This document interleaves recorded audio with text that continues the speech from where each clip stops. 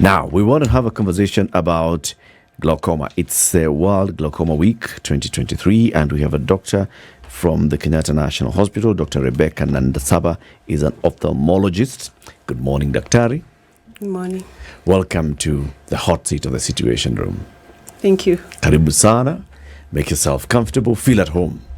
Asante sana. Very good. So let's get straight into it. What's glaucoma? Glaucoma is a group of eye conditions that affects the nerve that connects the eye to the brain and helps us to see. So in glaucoma, this nerve gets damaged slowly over time and eventually causes blindness. And once it does cause blindness, unfortunately, it's a condition that we cannot reverse. So it's important for us to be aware so that we do not get to that point where it's too late to do anything. So once it does cause blindness is then when obviously there's no going back. But I hear then that there's something you can do before it causes blindness. Can you be cured of glaucoma? Number one. Number two, what treatment then is available so that you don't get to the blindness part? Glaucoma is usually, once it sets in, it's a condition that we refer to as progressive. That is, if nothing is done about it, over time, usually years, it slowly damages the eye and you cannot do anything about it. When it comes to managing it, we cannot say we have treated it completely, but the medication that we have and the treatments that we have are designed to really slow it down as much as possible. And prevent this damage or slow it down as much as possible so that we preserve your vision. Yes. You said it's a group of eye conditions. Who's in this group? It's how we look at it, we classify it into the type of the different causes. We have one that we refer to as a primary open angle. This one is the most common in Africa. Then we have those ones that we call secondary glaucomas that arise as a result of a different condition, additional condition. So this could be as a result of an injury to the eye that happened some time back, maybe years, maybe months. If you've had a severe eye infection that has damaged the eye, can also lead to glaucoma. And then we also have a group of diseases like diabetes and hypertension, which can cause blockage of blood vessels in the eye and also eventually lead to glaucoma. And finally, we have side effects of medication, especially steroids, which also can lead to glaucoma. So when we look at it, we classify it into these different categories so that it can direct us in terms of how to manage the disease. You mentioned Africa while talking about the prevalence of this particular condition. Okay, just walk us through gently, step by step. What is it in Africa that allows for this prevalence? Okay, if I would start with worldwide, why we pay attention to it, that is the second most common cause of blindness. In Africa, we also have a big percentage of people who suffer from it. But now we also have challenges that are unique in Africa. Availability of medication is limited.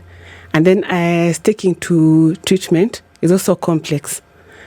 So in Africa now, we pay special attention to it so that now we are able to prevent the blindness that comes from it because we bear the bigger part of the load compared to the rest of the world. So you're saying that because of the economic constraints that we have, which then bring about our inability to access appropriate health care, so that something that could ordinarily have been prevented or treated or to avert the eventuality of blindness that you spoke of is not possible simply because of that particular situation that we find ourselves in. Now, then you mentioned non-communicable diseases that also contribute to it. Now, for the longest time, these have been diseases that have been, should we say, reportedly common in the West. So, because it is reportedly common in the West, do we then see a preponderance of glaucoma in the West as a result of some of these diseases? In terms of the non-communicable diseases, we are in the same situation where we are seeing arise basically due to our lifestyle. The foods we eat, the way we have become more sedentary. So I find illnesses like diabetes are on the rise, and really the complications that come with it, including glaucoma. Back to the same situation, we also have limited access to medication and follow-up, and the latest treatments that are available to manage these diseases. So disproportionately, we still find that we bear the burden of these diseases. Yes. How does it present itself? What are the symptoms of glaucoma? Thank you for asking that question, because it's important for us to be aware that what is unique about glaucoma, it's very silent. Most of the time, it will not have any symptoms in the early phases of the disease. And for that reason, that's why it's referred to as the silent thief of vision. So you'll not have any symptoms. But then as the disease advances, eventually it leads to loss of vision. And what is unique also about the loss of vision in glaucoma, it also starts from the side, what is technically referred to as peripheral vision loss. In a small percentage of patients, they would now present with what we describe as halos. That is like a ring of color around a light source. Maybe you're looking at a headlight when you're driving at night and you see it has like a rainbow around it. Or you're in the house in the evening and the light bulb is on, and then you notice like there's a ring around it. There's also a type of glaucoma that we refer to as acute angle closure glaucoma. That one now would present with a bit more dramatic symptoms of headache, vomiting, and severe pain in the eye. But that's for a very small number of patients. So for the majority, there'll be no symptoms in the earlier. For the majority, there's nothing that you're going to feel. No headaches. No headache. Your vision will just be going. It will just be going slowly over the years. And as that is happening, what is actually happening to the eye? What's causing this to happen? Is it that your optic nerve is dying, is dead? What is it? So during this time, your optic nerve is slowly getting damaged and dying off. Most of the time, it's associated with raised pressures in the eye that contribute greatly to the death of this nerve, though not always. But it gets damaged slowly over time. So as it gets damaged, you start losing vision, like in patches. Let me take you back a bit. In terms of how we assess vision, there are two components to it. So the first component is how clearly you can see. I'm able to see what is written on the book. I'm able to see the television set. And then there's also what we refer to as the area of vision. That if you're looking somewhere, you're able to see everything that is in front of you. And also a bit of what is on the side, what we like referring to as at the corner of my eye. If you see something probably passing, it will catch your attention. So that vision starts dying off slowly in bits and pieces. Do we see that glaucoma affects particular ages? Or can you see? I mean, I've seen cases of glaucoma in children. What happens there? And would you say that the optic nerve is damaged even at that point? Were they born with a damaged optic nerve? Or do we see more cases of glaucoma in those then who have progressed in age? So you remember earlier on I had mentioned that we classify it into different categories. So for the adults, what I had referred to as the primary open angle glaucoma that is most prevalent in Africa, we see its prevalence increasing with age, especially from the age of 40. That's when you see the numbers start going up.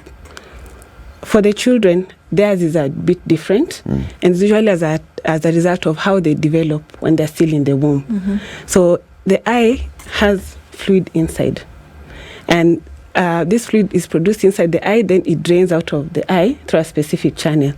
So if it builds up in the eye, it leads to high pressures, which eventually also play the role of damaging the nerve. So in children, this drainage is not well developed, and so by the time they are born, this fluid is now accumulating in the eye, and eventually, if nothing is done, it ends up destroying the eye. The nerve. Okay. In terms of treatment, what elements then does treatment target? Because if we're looking at the damage of a nerve, is it then slowing down that damage? Is it treating the symptoms that the eye then does have? Is it mechanical intervention like sight aid? And even further to that, are we then looking at reconstruction? I mean, we've seen some fantastic interventions that have been done, but is there anything that can be done for, reconstruction of the nerve itself? Okay. Treatment is targeted at slowing down the damage to the nerve and eventually the bigger goal of preserving vision. So we have different options of treatment, and what we target is a thing that we can modify, in this case the pressure of the eye, what we technically refer to as intraocular pressure. So we have medications that are designed to bring this pressure down, either by reducing the production of that fluid that we had mentioned in the eye, or increasing its drainage. Then the other option that we have is the lasers that we also are designed to reduce that pressure in the eye. And finally, we have the option of surgery. So surgery also now helps. We create an artificial pathway through which this fluid can drain through and lower the pressure in the eye. Yes. I have to ask, this is really purely out of ignorance. This laser treatment, that isn't surgery. It's we classify it also under surgery. Yes, but so there's surgery using laser, and then now the surgery, the physical cutting, and also the surgery where we put type of small drains or tubes inside the eye to help drain the fluid out of the eye. Usually, we blame a lot of illnesses that we currently grapple with on inactivity, okay? Physical inactivity, meaning you sit a lot, you don't walk enough, etc., and then what you eat, processed foods, etc. Now, when you talk of glaucoma, how then do you approach this matter preventatively? What can one do to limit the likelihood of actually growing, having, whatever it is, whatever adjective you want to add to it, glaucoma? What can one do? The main thing that we emphasize is usually early detection, because if we catch the disease in its early stages, we are really able to do much in terms of slowing it down. So the first thing that we do is ask you to have regular reviews. Have your eyes checked by an eye doctor and see if there are any signs that indicate you could be having glaucoma. And regular, you'd ask how often. We usually recommend at least once a year. Go and see your eye doctor and have it checked. I think that is the best shot that we have in terms of preventing. So it's nothing to do with what you look at and how long you look at it. So please clarify. In terms of like watching TV watching TV or Screen time, or staring at your phone. So many things. In retrospect, we hear it now, and it was clearly our parents who were trying to get us to behave in a certain way. Oh, don't watch TV for so many hours, and don't sit so close to TV because you ruin your eyes. And then now, of course, maybe with a little bit more exposure. No pun intended. But here you are saying, look, there's some pressure on that nerve. There's some damage. Is there a relation between the two? Because, kids today will think, well, my parents said I shouldn't sit too close to the TV because then it causes pressure on my eye. And that's what we're talking about now. We're talking about pressure on that nerve. Is there a relation between the two? Can we put this myth to bed for eternity? Okay, thank you for that question. So, no, screen time does not affect your eyes specifically in terms of glaucoma. Okay. Yeah, no, it doesn't. Okay. Yeah. What exactly causes this pressure to build up? Okay. Remember that drain that we had, the drainage channel that we had talked about? So, if the fluid is not draining out properly through that channel, is what now would lead to an increase in mtu atoi machozi. Sio machozi. Is there a blockage in the drain? Is there something compromised? So where does it drain to? It's not machozi? No. So it goes elsewhere. It's good to clarify, yes. So machozi is on the surface. Okay. Yeah, it's on the surface of the eye. The fluid that we are referring to is inside the eye. What helps retain the shape of the eye. Just like if I use this analogy, if you have a tire, you have to inflate it with air to maintain its shape and also for it to function properly. Yeah, because if you have too high pressures in the tire, it doesn't work as it should. And if it doesn't have any pressure in the tire, it also doesn't work as it should. Right. Yeah, so it just has to be optimal. So it's that liquid, that fluid. If the fluid is not draining, but it's the eye is still producing more, then it increases the pressure. Yes. Will you feel anything as that pressure is building? Because you said there are people who the optic nerve will be fraying, but they will not have headaches. They'll not feel anything. So, are you saying that as the pressure is building in your eye, you actually are not feeling kama unavimba macho? No. So, as the fluid is building up in the eye, it's not a complete total blockage. So, some of it is getting out. Okay. So, it will build up to a point where the pressure is above what is supposed to be, what we refer to as the normal eye pressure. So in the medical world, what we consider normal eye pressure when we measure is between 10 and 21. That is the guide we use. So you may find your pressure is around 25, 28, 30, and then it stabilizes at some point. But because by the fact that the pressure is high, it does contribute, though it is not the only thing that leads to the damage. Yeah, it's one of the highest risk factors. And as I had mentioned earlier, since this is happening over a long period of time, you really don't, the eye has adjusted, you don't really feel any symptoms. Yeah, but it is causing damage. Yeah. You know, it's also important to clarify because the main symptom, like you said, is you start losing vision. You start noticing, peripheral vision going, or in some cases there's some vision at some point going. You start noticing the halo on the light.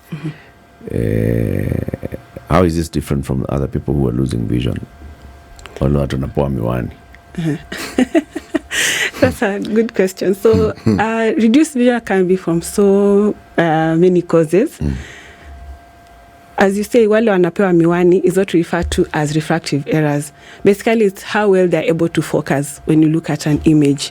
So for them, wakipewa miwani, it helps them to focus clearly. Then there's also blindness as a result. Focus is not loss of vision. No, it's not loss of vision. Now you focus. have the vision is not as it should be. Okay. But vision is not lost. If we give you glasses, we give you lenses, it's able to see. So lenses are corrective. They are corrective, yes. They give you focus. They give you focus. Then no focus. Yes. Then you also have another important cause of decreased vision, cataracts. Basically, there's a lens inside the eye that now gets opaque, usually turns white over time, and it's how I would describe it is like if you have a clear window and then you slowly paint it. So before you could be able to see through the window, but as you paint it, you are not able to see through the window. Yes. So for these cataracts, surgery is available. Once you remove that lens that is not clear anymore and replace it with a clear one, someone is able to see again. Just as the same analogy, if you had painted that window pane and you remove it and you replace it with a clear one, then you'll be fine. You will be fine. Right. Yeah. Every time one talks of the eye and one talks of blindness, in my mind, one is talking about a very sensitive subject because what you mention as a preventative approach has a cost element attached to it. Now, is there a cost-effective way of ensuring that one actually does have the checkup that is required annually or whenever it is that is required or from an early age so as to prevent this eventuality that is, in my mind, fairly dreadful? Is there a cost-effective way of doing this? Yes. I would encourage, we have the National Hospital Insurance Fund. Yes. It costs around, for the majority of the public, around 6,000 shillings a year or 500 shillings a month. It is a good investment in terms of taking care of your health. So you can be able to access checkups and have that review that we had talked about so that you can pick the condition up early. What if you can't afford NHIF? That 500 bob monthly. There are people when they do the maths, at the end of the month they have nothing. So that they actually, there's a deficit. So if that 500 bob becomes a bit tricky to actually have to pay for this NHIF, what I'm asking is I'm amplifying what Eric asked earlier. You say it's silent, so you can't really tell. But is there no other way beyond the checkup that one can actually engage in to ensure that you prevent this? Because the checkup means going to an expert. Like a home checkup. Yes. There'll be a home checkup kit. Now you've got it. That's what I'm referring to.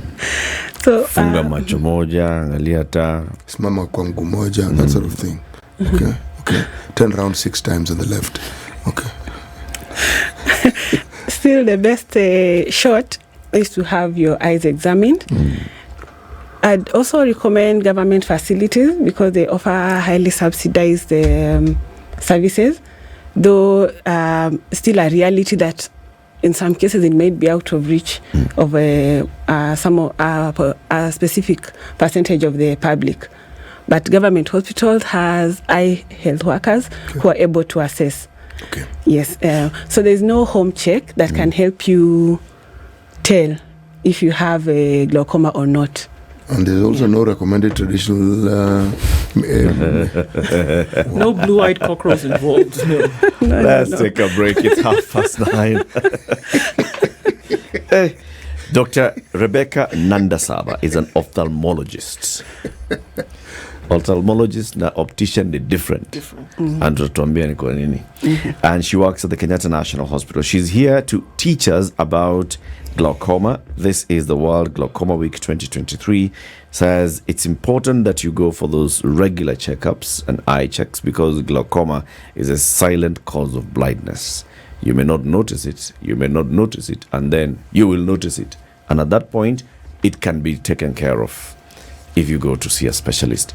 But if you don't, it can lead to permanent, irreversible blindness. This is the Situation Room, the only way to start your day. This World Glaucoma Week 2023. She's an ophthalmologist. Let's start with that. What's the difference between ophthalmologist and optician? Thank you for asking that because most people actually get lost in terms of differentiating the two. So I'll start with the optician. They are trained healthcare workers whose main focus is correcting vision using glasses. So they're the ones who you go to an optical shop or an eyeglasses shop and they'll check your vision and they'll give you glasses that help you to see better. Now, an ophthalmologist is a medical doctor who has trained for the first 6 years as a general doctor and then gone back for a master's degree to train as an eye doctor. And they handle all conditions of the eye, from giving you glasses also to managing cancers of the eye, infections of the eye, and carrying out surgeries of the eye. Yes. How long does the master's program take? 3 years in Kenya. So 9 years? 9 years. No, and in between, there's some time. There's some How many years does it take internship for review? somebody to actually graduate as an ophthalmologist? In terms of school time, is 9 years, but in between there's an year for internship, which brings it to 10. Sometimes you have to work for 2 to 3 years before you go back for your master's. So it can take anything between 10 to 14 years. So it's about from there, 14 years is what it has taken for somebody to actually become this specialized. Yes. So when they tell you something, pay attention. Shut up and listen. Yes, and stop giving them advice on a subject you know next to nothing about. So you're talking about it's important for people to go for these regular checkups. Is it okay to go to a checkup of this nature for glaucoma at the local optician's shop?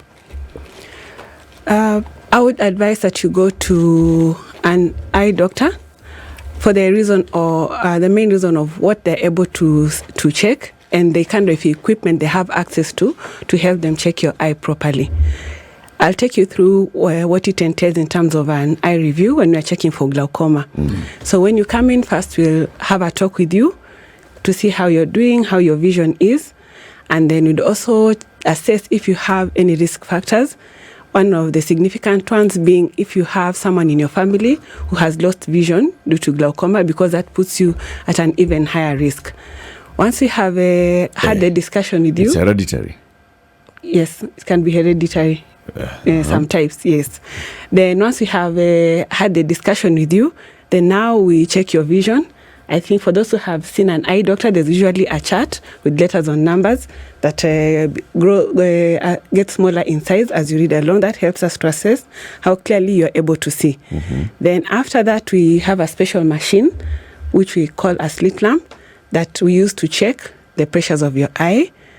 we measure the pressure and tell is it within normal or not. And then as a last step in terms of physical examination, we look at the nerve of the eye, the one that I had told you earlier about, the one that connects the eye to the brain, and see if there's any damage that has already started taking place. Once we are done with the physical examination, if we find a sign that makes us start moving towards the diagnosis of glaucoma, we need to confirm. And we have tests that are available to us to confirm that. So one of them checks the structure of the nerve and actually quantifies the damage that the nerve has undergone. It's referred to as an OCT. And then you remember we had also mentioned that you lose vision in patches, that we call that the field of vision. So we have a test which we call a visual field test that now would pick out any losses of vision that have started setting in. Yeah. How long does all that take? Usually in a clinic visit, since you're seeing a professional, will take anything between 15 minutes to 30 minutes. All those for the things you've physical said? examination. For the physical examination. For the physical one? Yes, and then now we'll send you out for the tests. How long does those ones take? Usually the test, the visual field takes around 10 minutes for each eye for it to be scanned. And then the one that checks the structure of the nerve, the one I refer to as OCT, that one just takes around 2 minutes. But do they, ordinary, let's say level 3 health facilities in the country, have the equipment to test this? Unfortunately, the level 3s, they do not have. Yeah, so we may have to refer you to places that have the tests. Yes. I have to ask, should this particular care be available at level 3? Because many people who want to access healthcare will probably go there first. And if that is the desire, then what prevents level 3s from actually having even the rudimentary facilities that would enable this process that we're speaking about to be achieved? So at the level 3s, you will be able to have your vision checked, and the kind of equipment they have access to, they're able to examine your nerve and be able to tell if there's damage taking. That they can do. The damage setting in. Okay. And then if then for the test, then they have to refer you to an institution that has. Yeah. Okay. Is it possible for glaucoma to affect both eyes? Most of the time it does affect both eyes, although most of the time it's what we refer to as asymmetrical. The extent of the damage may not be equally to the same extent at one particular time. But eventually, if nothing is done, it'll move from one eye to the next. Yes. Okay, not moving from one eye to the next, but it will basically affect both eyes. It will affect both eyes, yeah. Why? Why would that be the case? If the first one was, pressure because of build-up of this fluid, because there's some blockage, why would a blockage affect both eyes? Okay, so it's what we refer to as a systemic disease. It's already in both eyes, but in terms of how fast it moves in both eyes is not at the same extent. So I find one eye may actually a bit worse compared to the other. Yes. You've said that if somebody goes to the health facility early and it's detected early, then it's possible to manage it and avoid that blindness. So what is it that you do to manage it? The first option that we go to is using medication to control the disease, slow it down. And the type of medication used is in the form of eye drops. Yeah. A different number of eye drops that we prescribe. Occasionally, we may give you drugs to take orally, but that is also for a limited period of time. That is the first option. Yeah. Then now we move now to the surgical options. That is the lasers or the actual surgery of making a small drain on the eye. On the eye. So it can... Okay, so I don't know. You talked about interventions, and here we are then looking again at the optic nerve, and I'm still going back to that because it just seems as though the damage is okay.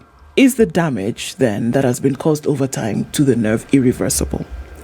The damage is irreversible. Okay. Yeah, it's good for us to clarify that the damage is irreversible, but the aim is to stop that damage from progressing further when we are treating you. Yes. When we talk about this disease and look at the country, What do we see? Do we see an increase in the cases of people who have this disease, or do we see a reduction in it? And either which way, what do we see as the cause, or what has brought about? If it's a lowering of the prevalence of the disease or an increase, what are the factors that are behind this? So in glaucoma, we usually have what we refer to as the prevalence, that if you look at the general population, at least 4.3% of people, that is around 4 people in 100 would have the condition. Yeah. So what we aim is to find as many of this population that has glaucoma as possible and treat it. Yes. So do we see a reduction in the numbers that we speak of? Because if you say 4 in 100, is it a constant? Was there a time it was 6 in 100 or 10 in 100 and now it's 4 in 100? What are we seeing? It's a constant number. In terms of generally, if you do studies, that is the percentage that you'll find. That's very interesting. Why? Yeah. Seriously, has scientific research explained this?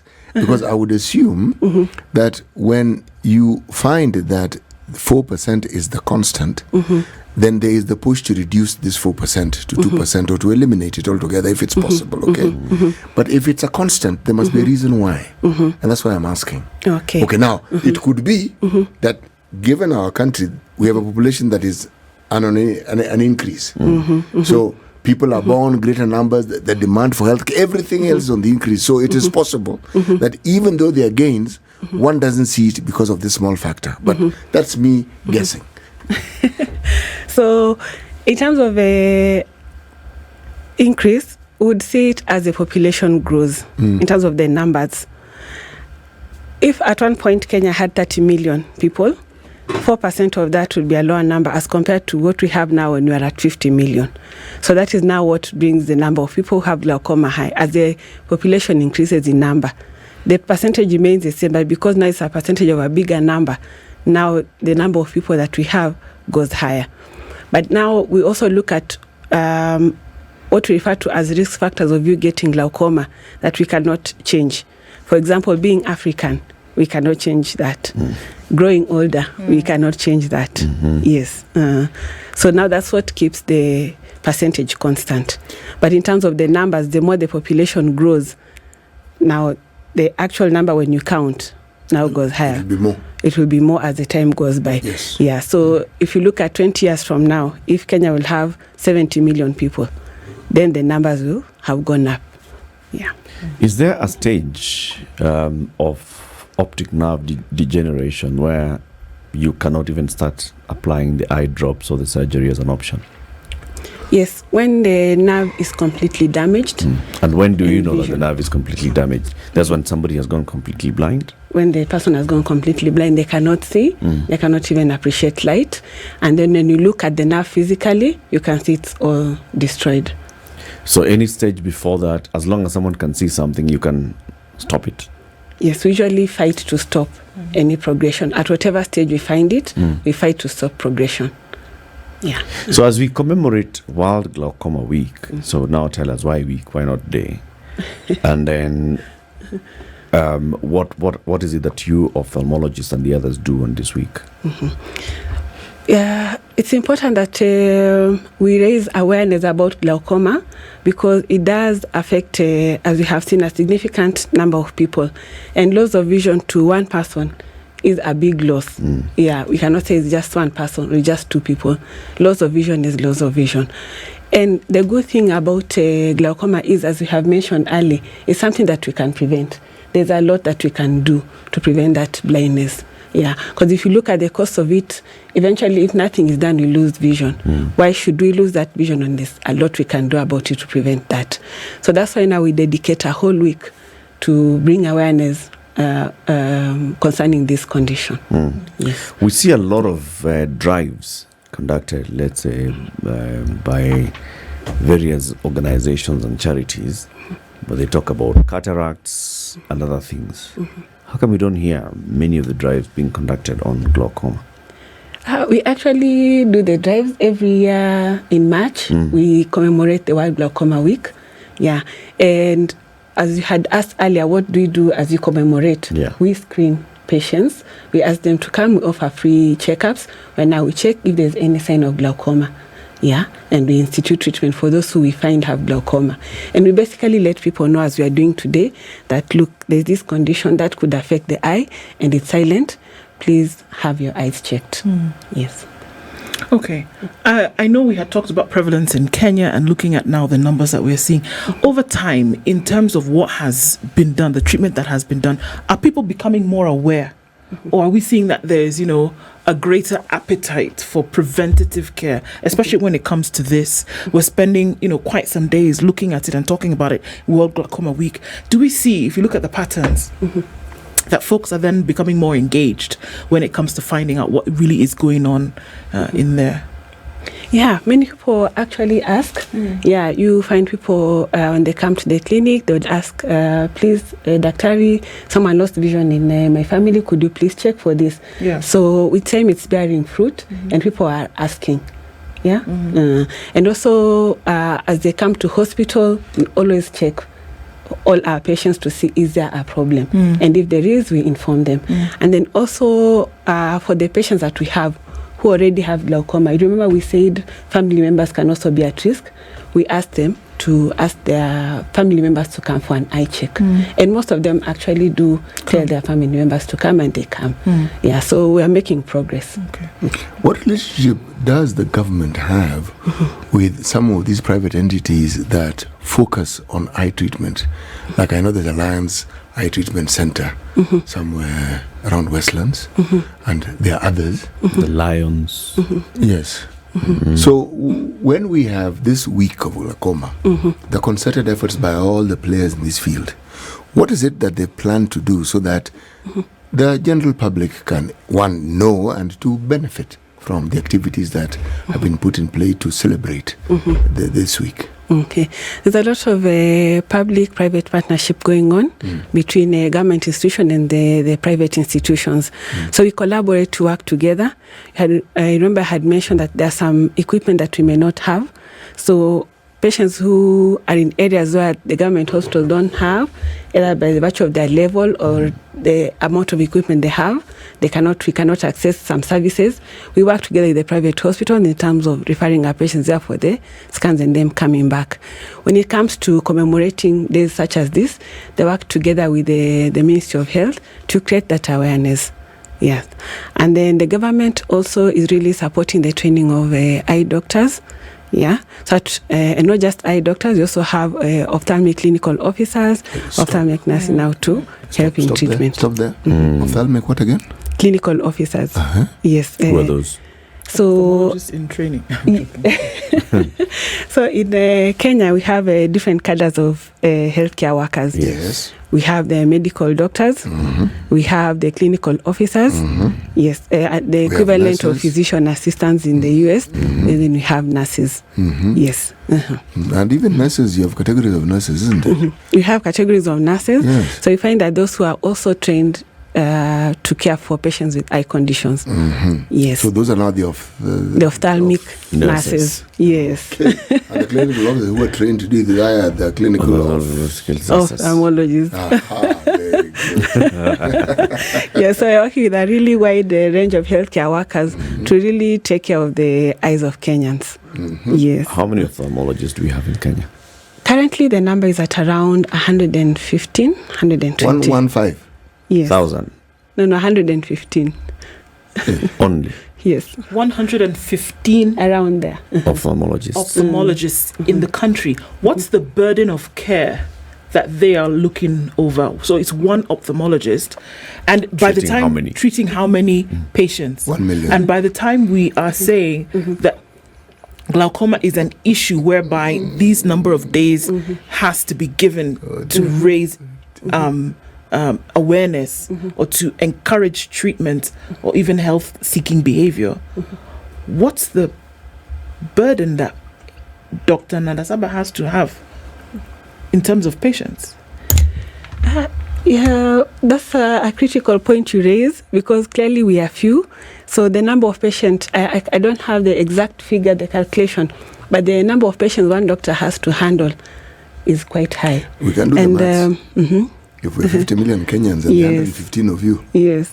each of you has something like 500,000 like this. Exactly, yes. So that is quite a challenge in our setup. And now also, that's why we really have to work together with all the healthcare workers to really manage and bring access to healthcare in terms of the situation that we are in. The ophthalmic clinical officers that I have mentioned, the ophthalmic nurses. So we work together to collaborate and make sure we are able to do the best with the numbers that we have. But you also remember I had mentioned that the government is supportive in terms of training more healthcare workers. So it is a work in progress. Yes, it will take time, but it is important to know that at least there's something being done about it. Yeah, when I joined, there were fewer. I think at that time there were 90-something ophthalmologists. Yeah, but at least every year we are trading more. So what does that mean? Is it that they're encouraging more to join the trade? Or what does growing the number entail? Training. And training is determined by interest, isn't it? So it's interesting more students or more qualified doctors to actually go and specialize in this. In ophthalmology, yes. I wonder, because there are more people being trained as doctors, just the numbers. And so, by virtue of these numbers, just as the population is increasing, how far do we scratch the surface? Because we are scratching the surface, really. Okay. Tuachie tu hapo. Tuseme, daktari, continue. Keep up the good work that you're doing. And thank you for coming to join us today. Thank you so much for having me. Dr. Rebecca Nandasaba is an ophthalmologist based at the Kenyatta National Hospital. She's been here today, demarcating us about World Glaucoma Week 2023 and telling us about the disease. Remember, people, go for those regular screenings. Okay? It's not the one for the optician. This is the one for going to a specialist and saying, ebu angalia macho yangu. Sioni kama naona.